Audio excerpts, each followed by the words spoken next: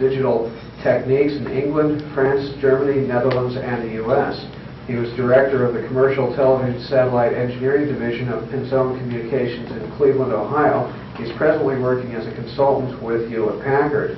He's developed experimental techniques and apparatus which makes the recent Fireball investigation possible. Sounds intriguing.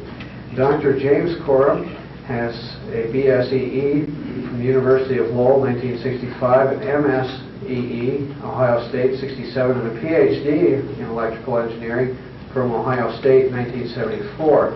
He's been active in academia for 18 years, serving as an associate professor in the Department of Electrical Engineering at West Virginia University, and also as a professor in the Department of Electronic Engineering Technology at the Ohio Institute of Technology. While a faculty member in West Virginia, he's received nine University Outstanding Faculty Recognition Awards, prizes, and citations. He's presently a senior research scientist with the Electromagnetics Department at Battelle in Columbus, Ohio. Dr. Coram is also a senior member of the IEEE and also holds memberships in American Geophysical Union, American Physical Society, Research Society of North America, and the Society of Motion Picture and Television Engineers. He currently holds 5 patents and has in excess of 50 technical publications. So please welcome our 2 speakers. They will co-present, and then after 45 minutes they'll take a short break and then get right back into it.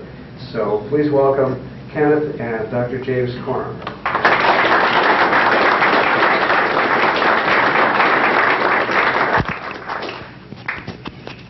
May have to pass this back and forth. That's for the taping. Okay. I'll be working over here.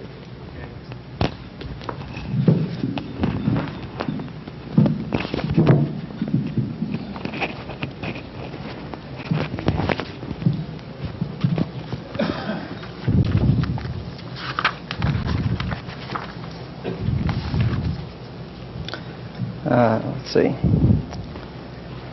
You probably can only hear me if I hold this thing up, huh? All right.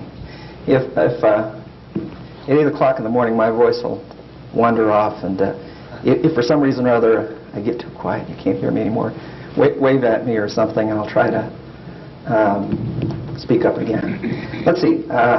Normally I try to be a little more diplomatic in our introduction and thank everybody for inviting us here, and it's nice to see so many people back again over and over again over the years. And I'll try to just cut that short and get right into some technical things. I take it that most of you are here because this morning because you wanted to hear something technical.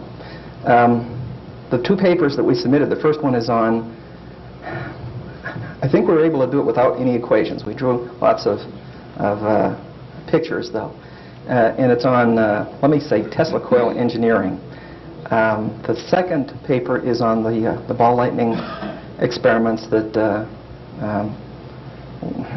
I'm going to say we performed, but that were completely outlined in the diary and in the various publications that Tesla had. And when you look at it in retrospect, you'll say, what a bunch of boobies we all were for not just doing what he told us to do. It's been sitting there in print for 85, 90 years or so. Not just in the diary, but in Collier's magazine and other places. I mean, it wasn't that he was trying to hide something. We make the comment in the paper that was submitted that it's like Poe's story on the purloined letter. Just said it right out in the open, and that's where nobody would look. Everybody would look for something hidden or mysterious underneath it all. Also, there's some fascinating developments that have occurred fairly recently with the Soviets, and published in their open literature, and a number of books that have just come out. We'd like to tell you a little bit about that. Okay? Let's see. The first one then is on, I think the official title of the paper is something like 100 Years of Cavity Resonator Development.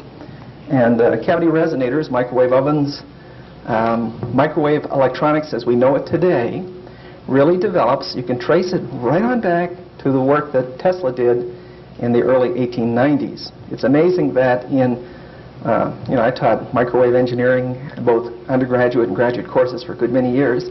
Go through all the boundary value problems and all the solutions for cavity resonators and waveguides and all that. But what's amazing is that, hey, in all that, you never tell the story of where those equations came from and who those people were.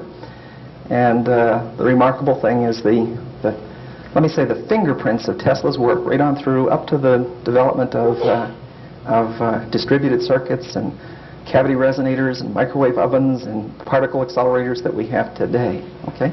Now, let's see. Doesn't make any sense to talk about all this without somehow or other showing some of these pictures. Now, let's see, that's kind of low. Yeah. Somebody want to catch the lights there? At least the ones here in the front. Okay. Can we get the one that's right over the middle there? Yeah, okay. This is, of course, a famous picture, and you've all seen it, what have you.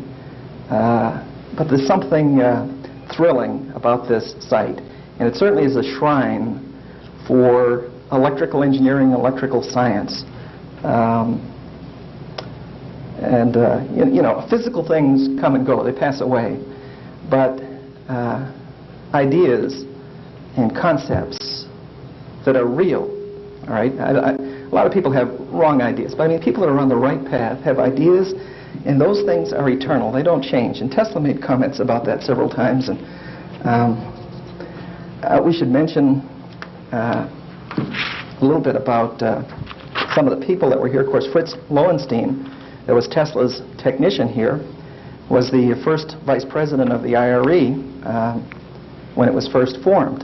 And Lowenstein was also the inventor of the Class A amplifier, which is something they normally don't tell you junior level when you're learning your transistor circuits. Or back when I was an undergraduate, that was a mixture of transistor and vacuum tube circuits. They never told us that it was Lowenstein who got the original patents working for John Hayes Hammond at Gloucester at the Hammond Labs.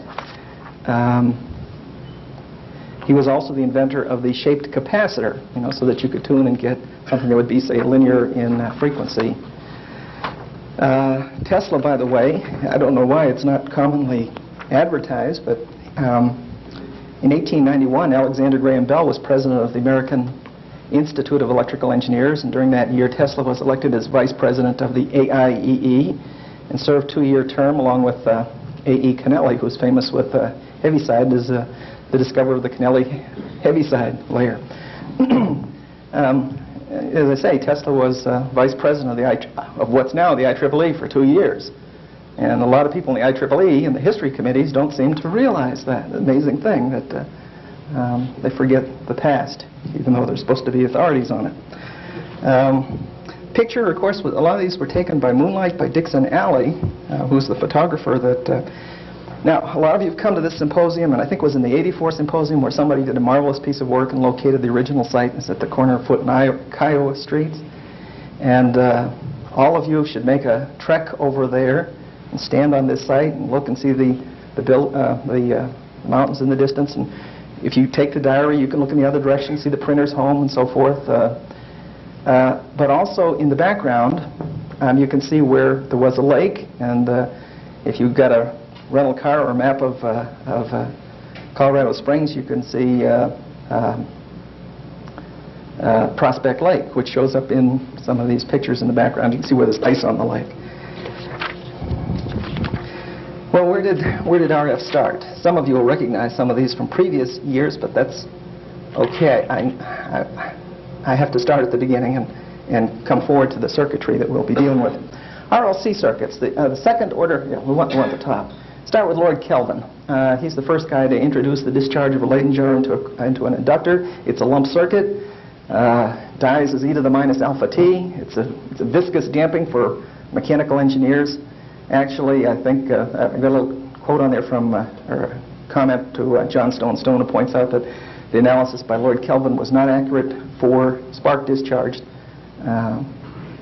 capacitors. And this is where every sophomore in electrical engineer starts. You do the underdamped and overdamped, critically damped case. But I mention that because when Hertz was doing his experiments, what he did was he took the capacitor plates and just opened them out and used the inductance of the structure and used a, can we focus on just a little bit? Used an induction coil here. And this marvelous book that was put out by the History Committee for MTT, the Microwave Theory and Techniques group of the IEEE a couple of years ago, where someone went back and really did quite an analysis of this. It's kind of like a photographic review. Anyway, Typically, he had around 15 kV at low frequencies, let me say 1 kilohertz buzzer here, that would charge up the capacitor plates and reach a point where we'd get an arc here and discharge. Of course, when it does, we've got an RF short circuit. This would, the charge on the structure would discharge, oscillate back and forth, and ring down. And it radiated, of course, at a frequency that's proportional to the characteristic length of the structure. The problem here is this, and this is the reason why I repeat this. How much power could you radiate with a structure like this? You know, Tesla went to Bonn and talked to Hertz, I think it was in 1892, about this. How much power can you radiate? Well, the amount of energy that you can store up on that capacitor is a half CV squared, and C is typically picofarads. Or if you had a really big tower, maybe, you know, 1,000 picofarads or something. And a half CV squared is the amount of energy you've got, and the number of times per second you do that, dW dt, is the amount of power that you can produce. And for Hertz's experiments, the average power radiated works out to be around 25 to 35 milliwatts. And it's right there in that reference. It's also in Electric Waves on page 40. People will quote and say that, well, Hertz was using about 16 kilowatts, and it turns out that that's the peak power that he had at 50 megahertz. But that's not the average power that's radiated. From an engineering point of view, that the 30 milliwatts isn't too exciting. Tesla found a way to improve this, and overnight, the amount of power radiated jumps by 5 orders of magnitude. Imagine if somebody could come along with a transmitter today and do that right now. I don't know what IMAX top transmitting tubes run, but let me be generous and say 10 megawatts or so. Seems like they have a megawatt tetroders. But suppose somebody could just go 5 orders of magnitude from that, and all of a sudden we're talking about average powers now, not peak powers, that would be up on the range of terawatts or so. All right, that would be a significant, but Tesla did that, a 5 order magnitude jump. We've also shown this one before, but it does also set the scene. It's a critical piece of history. Early on, people were using induction coils, and a lot of people try to build Tesla coils very similar to this. And this is what Tesla had in 1891 or so in his publications.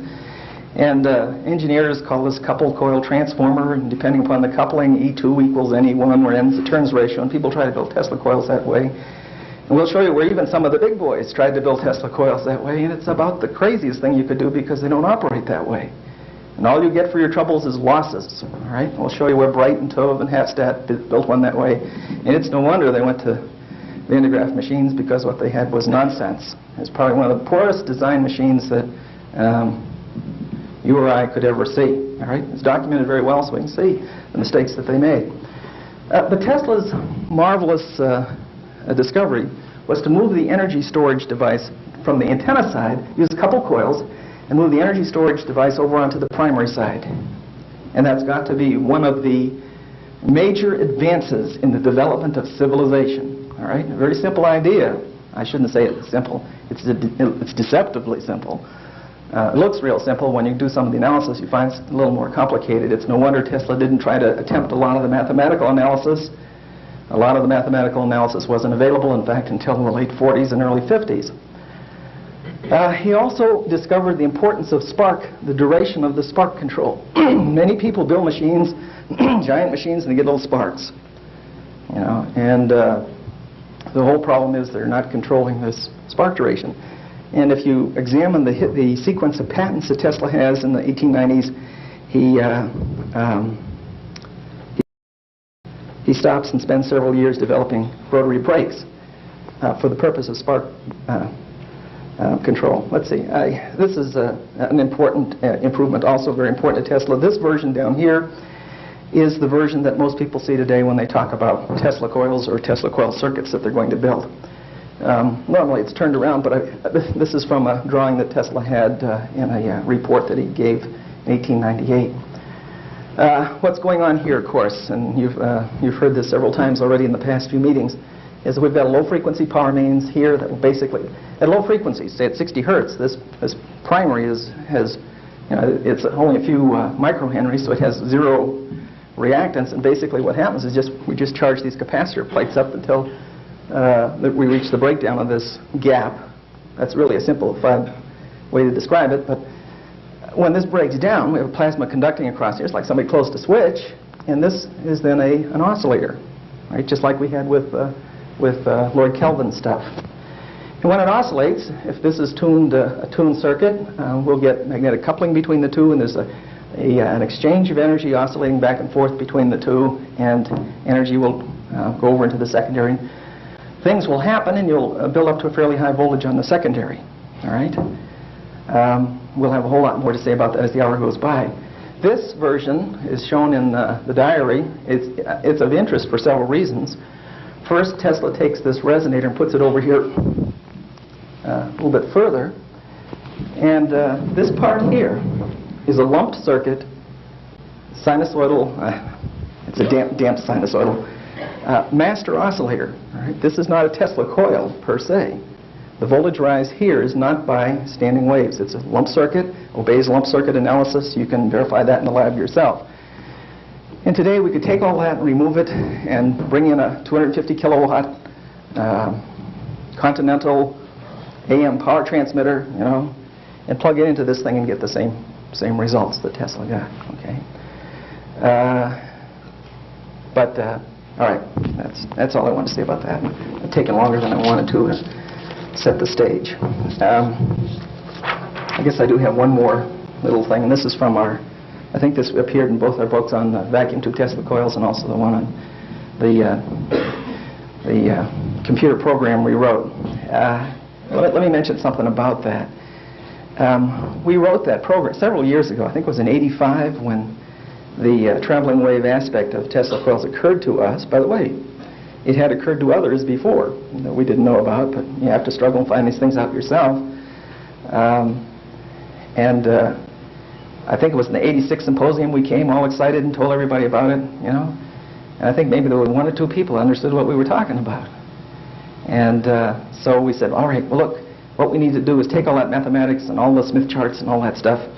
And you know, a grad student in electrical engineering would understand what we're doing, but let's see if we can't put it in the hands of, you know, people that are trying to do this thing because they want to build a Tesla coil, not because they want to understand all the engineering. So we wrote those computer programs, the TC Tutor stuff, and tried to provide as all the documentation, all the equations, so you can check everything that we've done, see where we've made assumptions, and go through and get those results. And that was the purpose of that proposal. Proposal, yeah, you know what business I work in. 8 o'clock in the morning is too early to think clearly. Let's see, Lord Kelvin, again, this is sort of the history of cavity resonators. There's a cavity resonator down here, it doesn't show, but this is how they developed historically. And I've been wanting to write a paper on this because I've got all the references, and I can show you places where people like Sloan quote from Tesla. It moved on me. Sloan quotes on Tesla, and Hansen quotes from Sloan, and you can. There is a documentable pathway from the microwave technology we've got today right on back to Tesla's work. Let's see. The last one on the previous one was this double tune circuit. Oh, I didn't tell you why Tesla was using this. And by the way, this isn't really drawn correctly. I mean, this is counterset, but that's okay. But we've got one circuit that oscillates and rings down, while the other one's charging up, and then this one oscillates and rings down while this one's charging up. And we could have used more. We don't have to stop with 2. And in fact, Marconi went to more. I think he patented a version in the 1907 or where he had, I think, 7 of these guys to try to get 2 things, a sinusoidal wave, and the second thing is more power. You say, well, that's kind of a primitive idea. No, it's not so primitive. If you look at some of the recent IEEE transactions on nuclear science, you see that virtually the same technique is being used by people at Los Alamos and in a number of other places. Okay. Now, this is what's kind of fascinating. Again, this is a resonator, and David Sloan picked this up, put the resonator in a box, okay, and developed what is commonly called today the helical resonator in a can. Hansen expanded on this. Sloan's work was done at around 40 meters, around the 7 megahertz, 40 meter ham band. And Hansen pulled this out straight, still got the resonator in the box. This is still electrically a quarter wavelength long. We still get voltage rise by standing waves. And then Hansen kept shortening as he's going up in the microwave region, he kept shortening this, and all of a sudden he ended up with an empty box with a little link couple on the side coupling the magnetic field. But the resonator still works basically the same way. It's still a distributed circuit. The voltage rise inside there is the same. This is, in fact, this is a Tesla coil. All right? The physics that describes this is exactly the same physics that describes this guy. All right? We do it with the same Maxwell's equations. We have the same kind of modal analysis. The field structure is a little bit different, but the physics, the physical principles are exactly the same. There's one more I like to talk about down here, and that's when we do the whole Earth ionosphere cavity that was postulated by W.O. Schumann in 1954. And that's probably the grandest cavity resonator that I can think of that we can get our hands on. I did read in the about 20 or 30 years after Schumann's work, somebody postulated a cosmological model in which the whole universe was a cavity resonator. And it was a very fascinating theory. It was even mentioned, written up in the New York Times Sunday magazine. So. All right. Now, that's a little bit of history. Let's get down to something useful here. Okay, well, hold this a minute. Let me take this off.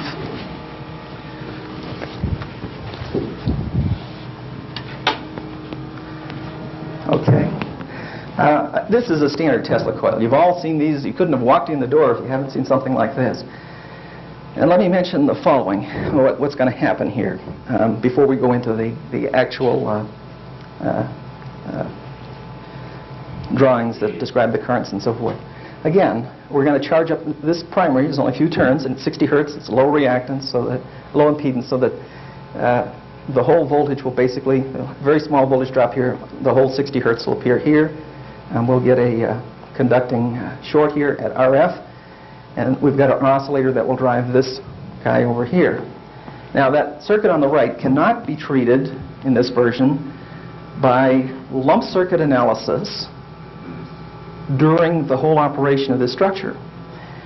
During the period of time in which this oscillator this one is discharging, the magnetic field from the primary bathes the whole secondary.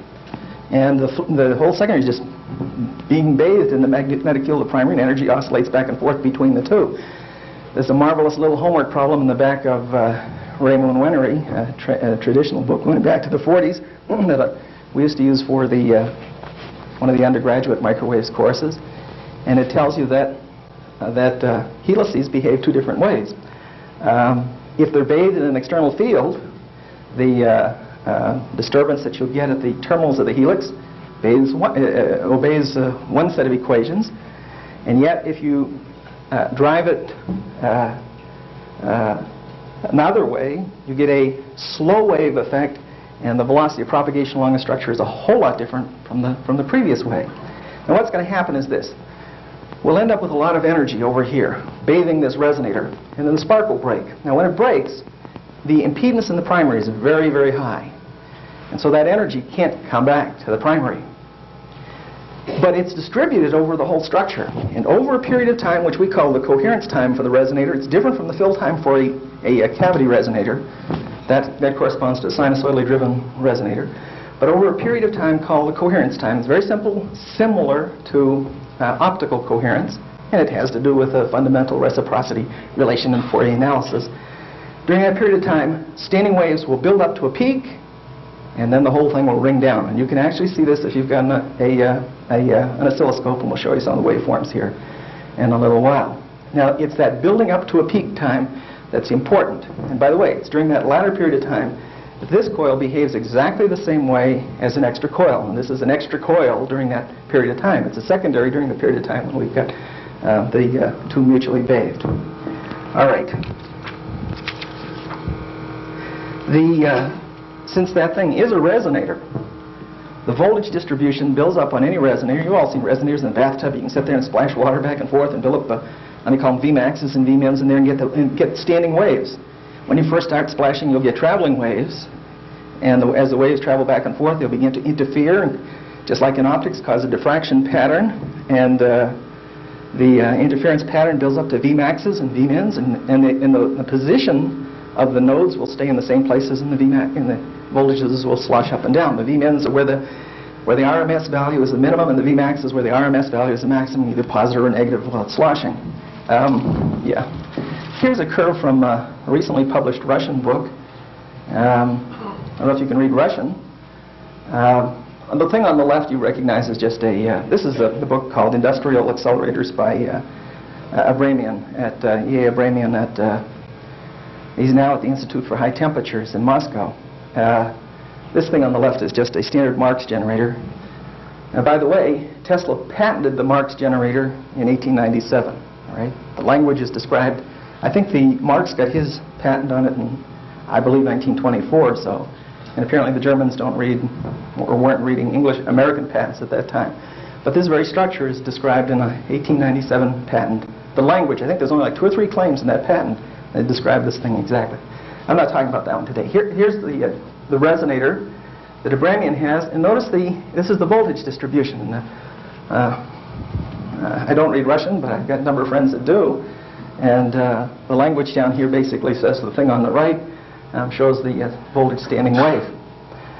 Here's the resonator, a Vmin at the base, Vmax up at the top. It's a capacitively loaded transmission line. Here's the primary that goes in here, and this would go off to the capacitor and rotary breaker, or whatever other pulsing circuit we're using. And they're showing here the voltage rise waveform on the resonator. It's interesting that, by the way, this book has been translated into English. I think it's available through Hemispheric Publishing. It was translated within the last year or so. Oh, let's see. The caption on the bottom says, scheme of sources of pulsed high voltage and shape of generated voltages. And the reference is Industrial Accelerators by Y. Abramian, 1986, on page 73, if you want to. You can probably find that at your standard engineering libraries. This waveform is an important one. And this is the standard lump circuit analysis that the best presentation we've ever seen on this was in,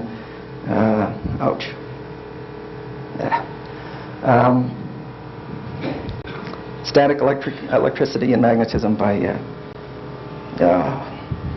I can't think of his name. Smythe, yeah. Smythe has an outstanding presentation of this in the transient case, including losses. That's why I say it's outstanding. Skilling's famous book on traveling is a transient analysis does the same situation without losses. When the capacitor charges up and that break first breaks down and conducts, the primary current is what we've drawn above, and the primary current, secondary current below here. Both circuits are behaving as lumped couple circuits. And notice there's a phase shift here, and you've probably seen this kind of thing with coupled springs and pendula. There's a famous mosque in Iran. There's 2 mosques that are side by side with a walkway between the two, and they actually behave as coupled oscillators, and their displacement of the oscillators actually behaves like this. And I guess for a good many years it was thought of as being sacred. And a bunch of civil engineers from England went down there, I think in the late 1800s, to examine what was going on, and came back completely baffled. Depending upon the coupling you have between the primary and the secondary, you have this oscillation of energy back and forth. Notice that the envelope goes to 0 at a certain time, which means that we're trapping all of the energy over here in the secondary when the secondary has maximum amplitude of current. In the low loss case, you can go through and compute what this is. In the computer program that we give you, we do the completely lossy case so you can get a very accurate calculation of this. The time between beats here is 1 over delta F. That's what the big T sub B is. If you had a spectrum analyzer, or if you know a little bit of arithmetic and compute the Fourier transform of this to get the spectrum, this is what you'd measure with a wave meter back in the old days, but what you'd see with a spectrum analyzer today, you get this double hump thing, and with a lower frequency and upper frequency that are both displaced from the resonant frequency. I've assumed that the 2 coils have the same resonant frequency when they're infinitely removed, and then we brought them together, and you get this double humped circuit. And depending upon the coupling, those humps will move together, move apart. Rated critical coupling, I guess it's just a little bit after critical coupling where they begin to diverge. Again, this is predicted on the basis of lumped coupled circuits. Okay, and this is classical analysis that you find in many places. if you're, and it describes totally what Tesla had for his Tesla coils in 1891, and fails miserably for what he had in 1898, even before he came out here. Okay. I want up at the top. We've worked a very special case. This is kind of the optimum early Tesla coil, where we broke the primary spark at that particular instant in time, and then the secondary operates alone. All the energy is trapped over there, and it just rings down. And you can do this. You don't need Tesla coils to do this. Just like IF cans at 455 kilohertz in a regular receiver do this kind of thing. This is a transient response. And just couple tuned circuits to this. Notice it built up and then rings down over many cycles. Okay. The interesting thing here is during this build-up time, we have that double-humped spectrum.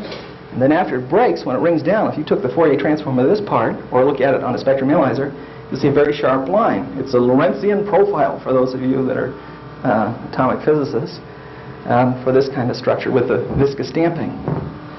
All right. But all that works for lumped circuits. When we were over in Belgrade the first time, we didn't know about this. It wasn't too long ago we didn't know anything about all this. Other than, you know, we'd all built circuits. I think I've been licensed as a ham radio operator since 1956.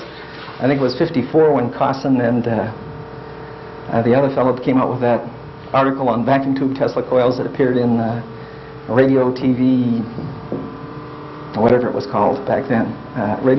It's now radio electronics. And we built one of those and burned out some tubes and grids and stuff like that, but really didn't understand from an engineering point of view. You know, an engineer is different from a scientist. A scientist just wants to know how things work. An engineer wants to find out how they work, but he wants to squeeze that last bit of performance out. And the real mechanical engineer is the guy who goes down and spends $20,000 on a car and takes it home and pulls the engine out. You know? To me, that's an engineer, because he wants something more than what he could buy. All right? Now, the first time we went over to Belgrade, Dr. Marincic pointed out to us a reference that we'd overlooked, and it was one that was it's listed, by the way, in the diary, and it's that paper by Fleming and Dyke. And they have a very fascinating discussion in there that describes this very phenomenon that we have here. By the way, everything I'm telling you today is in the paper. We gave it to Steve Ellswick when we came in here on the first day, so that this is all documented, and I suspect that eventually you can all get copies of it and see everything that we're saying. What? What? No? In 2 years from now, right? Okay. Look, here's what's of interest in the Fleming and Dyke paper. When they took a wave meter, right? Now, a wave meter is a tuned circuit with a little indicator on it, and as you change the frequency, you can get relative amplitude of the response. So it's equivalent to what we'd use as a spectrum analyzer, except for the fact that it can't show you stuff in real time. Right? It does a long time average. They measured this solid curve, which has the 3 humps. All right? And there's an interesting discussion that goes on in there concerning the duration of the spark. And Eccles discusses it also with Dr. Fleming. And but the upshot of their long discussion is this: that the dark curve that Fleming and Dyke measure is actually made up of these 2 separate curves. And during the period of time when the primary spark is conducting, and both circuits are interplaying, and we're getting that for those of you that are ham radio operators, you recognize that the spectrum that we had down below there, and that was a double sideband signal. All right, the Fourier transform of that oscillating exchange signal is a double sideband signal. During that period of time, when the primary spark is conducting and the entire resonator is being bathed, the structure is behaving as a double sideband oscillator. We've got the 2 humps at 2 separate frequencies. And then when the primary spark breaks, all the energy is trapped in the secondary, and the secondary rings down as a resonator.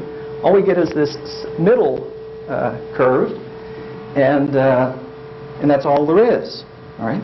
And by the way, this middle curve is characteristic of the bandwidth of that curve is characteristic of the losses that are in that distributed resonator. In a lump circuit, we'd say it's proportional to the Q of the resonator. Q has a little bit different meaning when we talk about distributed resonators and cavity resonators. It's not just omega L over R, it's something a little bit different, but for lump circuits, it reduces to that. The width of that curve is proportional to the losses, and if I make the losses go down, I'll get the same energy. The width will get very thin, and the peak will get very high, and that's what Tesla was doing. Right in the diary, you can go through, do the calculations where he's running this stuff, and I got to talk faster, Kenny's saying. Okay.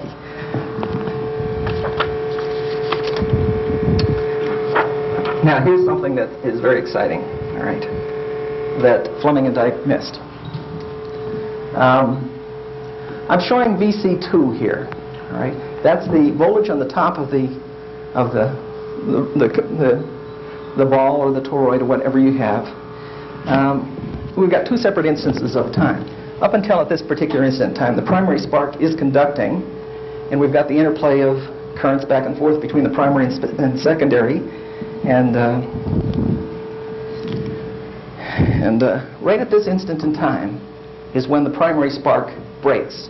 All right. Now, when that occurs, if you've done it right, all the energy is trapped in the resonator. All right. And with that Tesla coil, we're now going to make the transition from lump circuits to distributed circuits. And with all that energy trapped over there, and it's distributed almost uniformly over the whole coil. I should mention, for those of you that are EEs, the best analysis of coupled transmission lines was given by R.W.P. King. It's the same King that did the thin linear antenna up at Harvard, and whose grad students are now doing the electromagnetic missiles and all that stuff. But King has an outstanding treatment of that in the late 40s in the Proceedings of the IRE. There's 3 papers in there where he discusses that distributed resonance. But when that energy is trapped over there, what happens is you go through a period of time where that energy starts to build up standing waves. Now, while it's building up, it's also being dissipated. And so you reach a point in time where the standing waves have reached up to a maximum, and then all of a sudden, or I don't want to say all of a sudden, and then from then on, the dissipative processes in the resonator take over, and it dies down. Again, the primary spark is broken here, and there's this really dramatic rise in the envelope of the voltage in the resonator. It's during this period of time, from here out to here, when the voltage is building up to a maximum. Now, there's an assumption built into all this, and that is that there's no discharges taking place. We're looking at right at a linear system here. When discharges occur, there's another way we can handle that. And all I'm doing is making sure that the ball on the top is big enough to be able to handle the potentials that we're going to hit when we get up here at that particular point. So the standing wave builds up during this period of time, and then the whole resonator decays exponentially after this. Now, here's what's fascinating. Back here again, we've got the double-humped couple lump circuits with a double-humped spectra. At this point in time, we've got the single, let me call it monochromatic spectra, although it's got a certain finite bandwidth. It's a bandpass signal, right? This little portion was what Fleming and Dike missed. And as I say, you can see it with an oscilloscope. Now, we wrote an appendix that we prepared for the TC tutor. It's not in the version here that's for sale. We're still typesetting it, but in it we go through and derive all the equations on the spectral coherence of cavity resonators, and helical resonators included, and derive the analysis for this portion of it. Those of you that have backgrounds in optics will recognize it immediately. Okay, the analysis is very similar to what you do with an amplitude splitting Michelson interferometer when you're going to measure the self-coherence of radiation, a radiation field. Now, we thought, well, that's marvelous theory. Theory's great, you know. And Kenny and I have this situation where we've had all kinds of theories and then gone in the lab and it was, you know, had nothing to do with what the theory, what we thought we had nothing to do with what was measured in the lab. And it wasn't because the mathematics was wrong, because that's what's puzzling. You can do perfect mathematics and still have nothing to do with reality. It's the assumptions that go into the model that's built in your mathematics that make all the difference. Okay. Now, let's see. Here's what we actually measured when we went in the lab to see if this was so. Kenny's going to talk about this a little bit, but let me mention this. There's something important occurring here. This is the point in time where the switch, the primary break is going to occur. We're doing this with a Ford buzzer. Kenny's going to tell you about how that's done. With the big coils, we run with a typical rotary brake, 800 brakes per second, the spark duration in the primary will be around 100 milliseconds or so, 100 microseconds. You'd like to get it a whole lot shorter than that. And in the literature that we published, we show where the optimum for Tesla's machine was around 10.4 microseconds. And of course, there's no way you could get a breakdown there, but a break at those speeds, I don't mean breakdown, you'd get a tremendous breakdown there. But this scale on the left is in volts. We just brought everything down low in voltages and just are shock exciting this guy. And this is actually, it's kind of rough to see here, but it's actually the interplay between the primary and the secondary till you reach this point. Now at this point the voltages began to rise so fast we couldn't, we had to change scales. Otherwise we couldn't show it. By the way, the first 150 microseconds aren't shown. They go back to here, and that's where the interplay between the primary and the secondary is occurring, and this is the point where the break occurs. At this point, change the scale on the left by a factor of 10. All right? So this point, instead of being 100 volts, is 1,000 volts. All right? So 1,000 volts, we're up on the roof someplace here. And it doesn't really build up like a step function here. Actually, this is real data, so that you can see that we've got some above and some below, and it's a little wobbly in here. But you can see the general trend of this. Kenny, you want to tell a little more about this since you took the data here? Oh, yeah. Okay, I just want to interject a couple of footnotes for you guys that like blisters. Let's talk about the real world for a moment. This data here was taken painstakingly over a period of about a month, okay, working 16 hours a day just to get this graph. Now what we did to set up the experiment to get this data and take the experiment over and over and over and over again until we could tend to see a trend and coordinate things so we could predict what was going to happen. What we did is we had a very large coil similar to the one that Bill Weissock has out here on display, and that thing would generate 20, 30-foot lightning bolts easily that when we had it in full power, full operation. But what we couldn't do is we couldn't plug an oscilloscope on that huge lightning bolt. You just couldn't do it. The electric fields were so high that the oscilloscope would go nuts even quarter-mile away. You'd get spikes all over the place. You couldn't measure it. So we did take I had a 1924 Model T Ford that I owned. I just recently sold it. We pulled one of the buzzers out of it, one of the spark coils, and we connected it up to the primary and used the buzzer as the gap and so forth. And what we began to see was, sure enough, using a real nice Philips oscilloscope where you can expand the waveform and reduce it down and look at narrow segments and trigger on different parts of the waveform, we began to see this. The interplay while the spark was conducting, we could trigger at any point, when the spark first ignited to the point anywhere in between to where the spark just went out. We could look at that. And as we began to zoom in, we could see the phenomenon that everybody saw with lump coupled circuits quite easily. You'd get the beats and everything would go along. But what we saw was all of a sudden, right here on the secondary side, this rise. And we said, wait a minute, what is that? Where's that coming from? And we began to look closer and closer at it, and it didn't make much sense.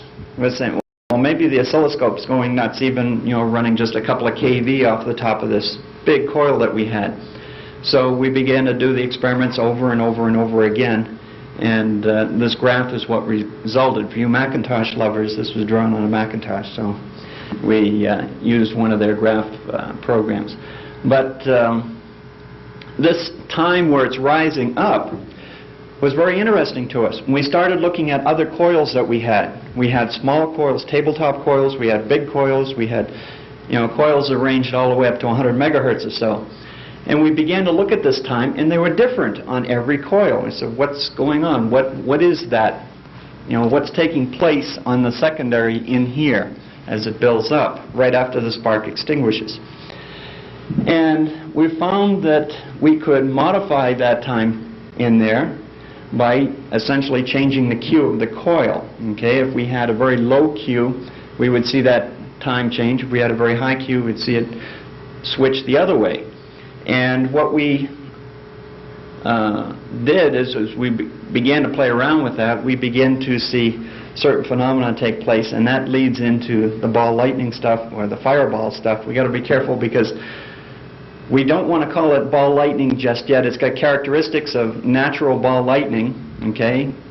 What we want to do is call it what Tesla did, fireballs. And this duration in here, this time, this buildup, had a lot to do with the formation of the fireballs, which we'll see later on. And then it would continue to ring down. At this point, I'll turn it back over to Jim. Put off your mic here. I'm going to jump ahead here and skip the because I do want to get to the Livingston chart. For those of you that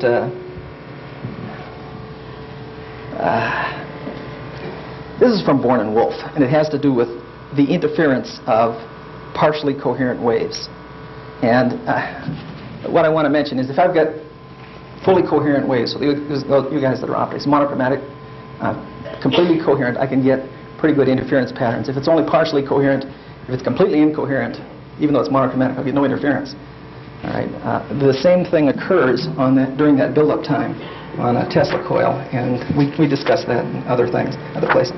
Here's a famous Tesla coil that was built in Germany by Werner Heise back in 1964. My German is nicht sehr gut, but Verlauf, I think probably means presentation or something, I don't know, of spanning the voltage against the earth. So he's plotting the voltage to ground for his Tesla coil. He has marvelous pictures of this thing. I don't have time to talk. Along the secondary coil of a Tesla transformer for the case where the secondary is a quarter wavelength long, where L is the length of the wire of the secondary coil. And it turns out he's got the right idea, but it's not. What you want is a quarter wavelength from here to here, which is pretty close to what you have along the wire, simply because the velocity factor for along the wire isn't too far different from what you get if you actually calculate it rigorously and formally. I include this one because it was published in ETZ back in 1964, but you can see he has the very standing wave that we're talking about here. Okay, so, and there's some pictures of his coil in action, and it looks a little like Bill Wysock's coils. Okay, now I skip all this stuff. This is worth taking a look at real quick. Again, simply because this is the helical resonator against the ground. All right, has a certain velocity factor. Sloan put it in the can. We can operate it openly against ground like you would. Those of you that are ham radio operators know how a quarter wave tower works. You know, if you could measure the current distribution on your tower, you see the current goes to zero at the top unless you have top loading, and then you have a maximum current down at the bottom. You can actually measure the current and there'll be a maximum, and the V does the opposite because the tower behaves as a resonator, behaves as a lossy resonator, and the loss is a radiation resistance, hopefully nothing more, maybe some ground resistance as well. But the same thing is occurring here, and this is sort of a base-loaded vertical tower, and then you can make it shorter by capacitively loading the thing on the top and all that. And the analysis of this is very well treated in other places. Do I need to show that circuit? We're going to run out of time here.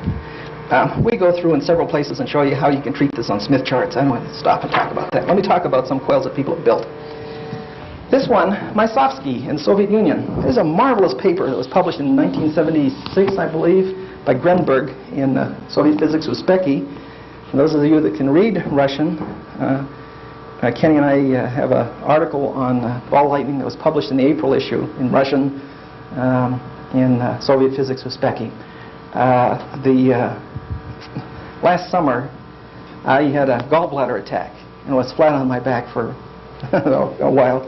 Kenny had a broken back, and while we were in this tortured condition, one of my colleagues at work sent me this note that there was a conference on ball lightning to be held in Moscow at the Institute for Advanced Studies, and we had this request, would we be interested in submitting a paper. So my wife put me in the car and basically hauled me in the horizontal position up to Windsor, Ohio. And Kenny, his wife was wheeling him around in the yard in a wheelbarrow, and so the two of us got together on the living room rug, flat on our backs, and put together this paper that we sent off to the Soviet Union. And I should mention this: that what's of interest to the Soviets is that they have a remarkable theory based on fractals. All right, this guy B.M. Smirnov, who has got to have been divinely inspired to have written some of the things that he's done. I mean, he's a very, very qualified person technically.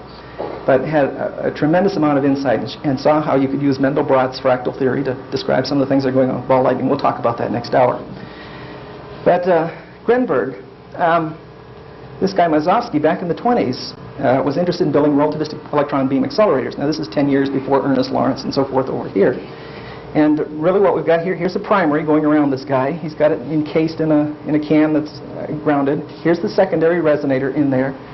And he's got it in a vacuum and so forth. But this was first presented as a paper, I think, at Petrograd in 1922.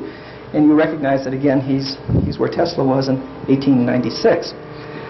That's a very famous Tesla coil in the Soviet Union. Here's one that is in Livingston and Blewett's book.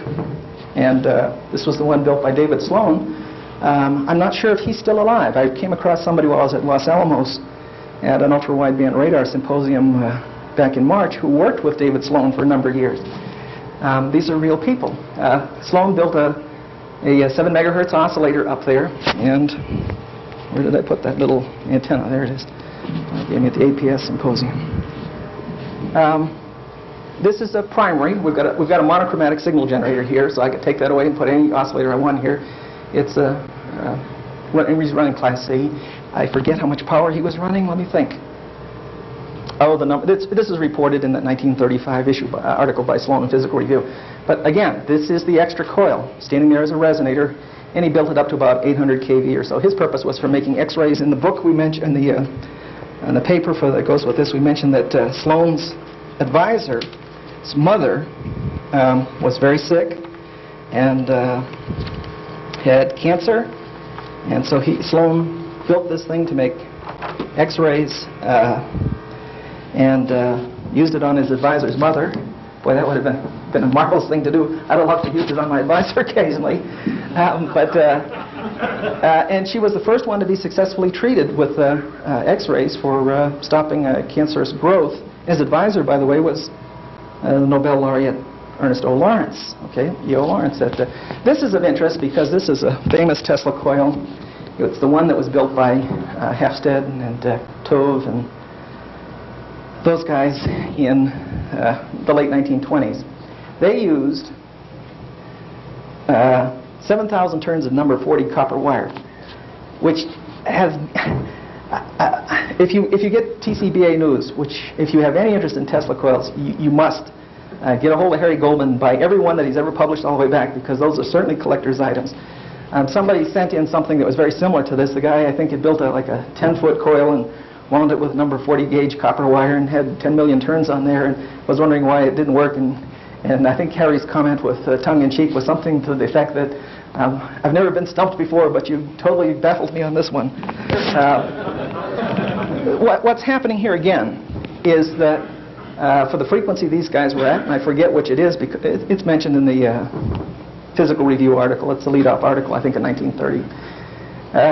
This is going to be a half-wave dipole instead of a quarter wave. So these guys are running it not as a vertical monopole, but as a half-wave dipole up in the air. All right. End loaded, capacitively loaded. You can go through and run this thing on, take the numbers right out of Physical Review and put them in TC Tutor and run through and calculate the operation of this thing. What you find is that the losses are horrendous because of the... I mean, what you want to do is you want to build that as low-loss resonator as possible. By the way, this is his primary that he's got around here, centrifuge. This is just a link couple. Ham radio operators do the same thing quite often. You put a loading coil in the middle of an antenna and link couple it instead of, if you don't have 50 ohm coax, you can use an open wire line or something. But they then took it and they put it in an oil bath to raise the voltage on the thing. By the way, the capacitor bank in this article is a photograph of it. They built this out of glass windows and tin foil or whatever, the same way a lot of you guys probably have done things in the past. The photograph is identical to a photograph that was published in, what's it? It's something like Wireless Electricity for Boys and Girls or something like that. It's published in 1916. They replicated the same capacitor. I mean, to the very joints. They must have handed it to somebody and said, build one of these things.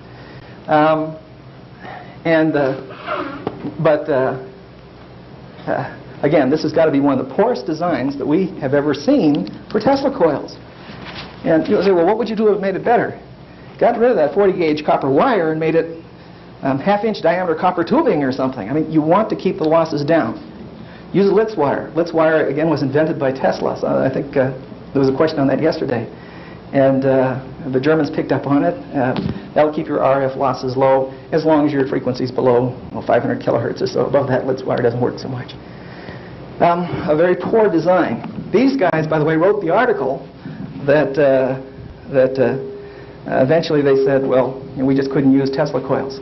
And they went to Van de Graaff generators. It's no wonder they went to Van de Graaff generators. I mean, they had built this thing so poorly, they needed, several megavolts to do some of the experiments that they were doing. And like I say, it's no wonder they went to Van de Graaff machines. They couldn't build one of these things. Now, we shouldn't be too hard on them because Chadwick, the guy that, I'm going to stop in just a minute, the guy that discovered the neutrons, made the comment that he tried to build a Tesla coil when he was for an accelerator in the early 1930s while he was working, I think, with Rutherford. I may have him mixed up with somebody else. He said, I just didn't have the training and I wasn't capable of doing such things. He recognized that there was something going on that he didn't understand, and he just set that all aside and went another way to do it. What's the connection between all this and fireballs? This is another form of a Tesla coil. This is a helical resonator in the can. This is one Kenny built. I forget what frequency it was working at. Is this 2 megahertz, Kenny? Yeah, 2 megahertz. And Q here is about 450. This guy was 3 feet in diameter and stood about, so I had a big barrel, And we began to notice strange discharges from this thing. And it was right at the time when we came out here in 1988.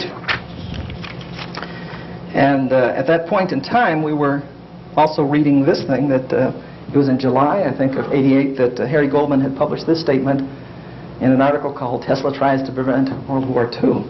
But he's describing how he made fireballs. And he says it became apparent that fireballs resulted from the interaction of two frequencies, a stray higher frequency wave imposed on the lower frequency oscillations of the main circuit. Now, what's he talking about? This condition acts as a trigger, which may cause the total energy of the powerful long wave, that's the low frequency, to be discharged in an infinitesimally small interval of time and at a proportionately tremendously, boy, don't you like his language, at a proportionately tremendously great rate of energy movement, which cannot confine itself to the metal circuit and is released into the surrounding space with inconceivable violence. Now, this last phrase here, released into space with inconceivable violence, is very important with some work that, it's very analogous to some work that Forrest and Witten were doing on fractals in the early 80s, and I'll tell you about that in the next hour. And then he goes on and he says, well, it's only a step from learning how a high frequency current can explosively discharge a low frequency current to using the principle to design a system which these explosions can be produced by intent. And Kenny and Leland Anderson and I and Danny Edwards were walking around Prospect Lake. And Leland made the comment. He says, it's amazing for all the Tesla coils that have been built that, more people haven't been seeing fireballs. He says, the way Tesla described them, they almost come off like bubbles off the machine. Why aren't we seeing them? It was a puzzle. We just stood there. By the way, most of the stuff that is really exciting that goes on in the symposium doesn't occur here at the podium. It occurs in the parking lots and the restaurants and the parks and in the airport. It's almost a Roman orgy of explosive intellectual activity that occurs at a symposium. And there we were banging our heads on the wall. And we flew back to Cleveland, looking at the diary, reading this stuff. As you look at the pictures, it becomes obvious what's going on, where Tesla has one primary exciting several secondaries, and he could use easily one coil to discharge another. So we arranged, when we get back, we arranged the circuit in that form. Sounds real, that's an easy thing to say. I think it took Kenny about 10 days to do this. And you recognize those two coils in the center. That's a drawing very similar to what Tesla has in the diary. I forget the page number. Oh, it shows up many places, but I think early in September. Those of you that have a diary, we start reading through September, and you'll see where he's actually got that same kind of circuit. The actual form of that's not what's critical, but the general circuit ideas there. By the way, we publish all the numbers that are measured to completely characterize those coils. So if you don't believe us, you can build your own and see that it's really so. Now that's the end of what I wanted to say this morning. There was a third paper that we were going to give, but Dr. Puglielli from Battelle had to be in the Caribbean this week. I understand there was a hurricane down there. He was right where the eye of the thing is, so he's probably had a good time. But he's a high-energy physicist originally from Brookhaven, and it was also, I guess, in Annapolis and a few other places. And as he began to read some of Tesla's work, he said, boy, you know, he says, some other strange things are going on here with respect to the X-ray apparatus. And anyway, we were looking at this Livingston chart, fairly famous. It's a plot of accelerator beam energy versus year. And Livingston is the guy that started plotting this stuff. Starts around 1930 or so, around 100 kV. And over the years, certain things have happened. You can see way up there is where the superconducting super collider is supposed to be at. Let me call your attention to Van de Graaff's machines, which are these electrostatic generators. They build up real fast till about the early 40s. And somehow or other, there's a great deal of improvement after those. I think this is the newest one that was just built at the tandem version that was built at Yale.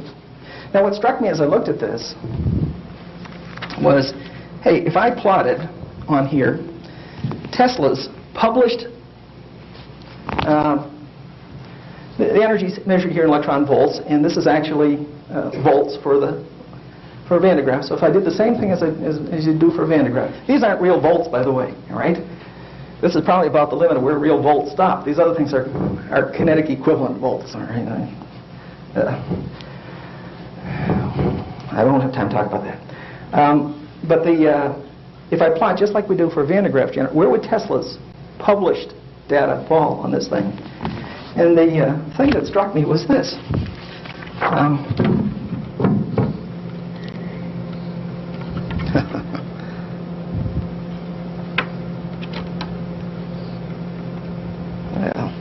Well, you get the idea. Here's Tesla's data. Starts out early 1890s. And lo and behold, he has his own one-man Livingston chart that is the same as this, displaced 40 years over. And the point that I make, that I get out of this, is that, hey, we should have had superconducting supercolliders 40 years ago. Another way to put it is this: where will high-energy physics be 40 years from now in the year 2030? Let's see. We found, when we were doing this, that it wasn't necessary to use two coils. You could do it with one. In the paper that we sent over to the Soviet Union, we just show the same thing with only the one, instead of using two resonators, one to discharge the other. When we built this, we didn't start seeing fireballs, of course, the first time. But where we were in the diary was on page 330.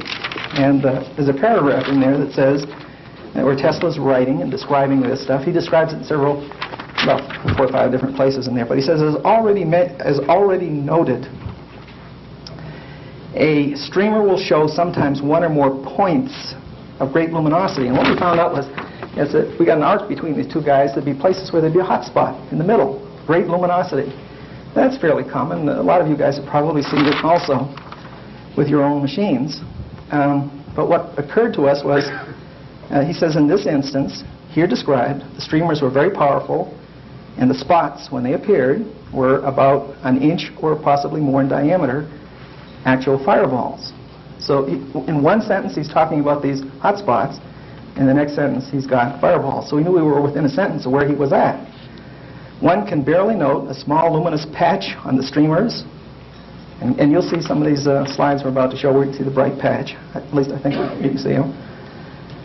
On the streamer, and the impression of the central portion of the ball. All right, so he goes right from one to the other.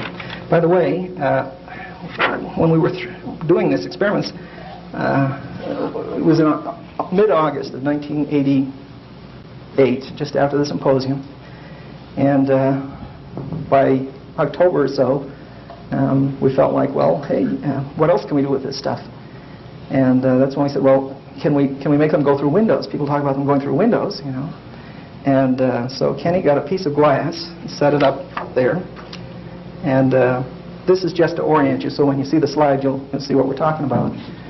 And then here's the fireball that's coming in from the fireball and a discharge coming in from the left, and the arc, the discharge hits the plane of glass, and the glass was, what, about so big by so big. It was pretty good size, something we took out of a barn up in Ohio that had been there for a good many years. And the arc comes through, and the ball's formed on the other side, and this ball goes out. And you can see it pretty clear on the video. And if you're watching it in real time, you get the appearance of the ball incident on the left and the ball exiting, emanating on the right. It looks, in real time, looks like the ball is actually passed through the glass. The explanation for this was actually, I think, anticipated by Finkelstein and the other fellow back in the late 60s, where they give an explanation for this, and also in their American Scientist article in 1970. Well, we've got a number of slides to show you, and Kenny's going to show them to you right now. Yeah. Well, let's see. While Kenny's getting set up, I'll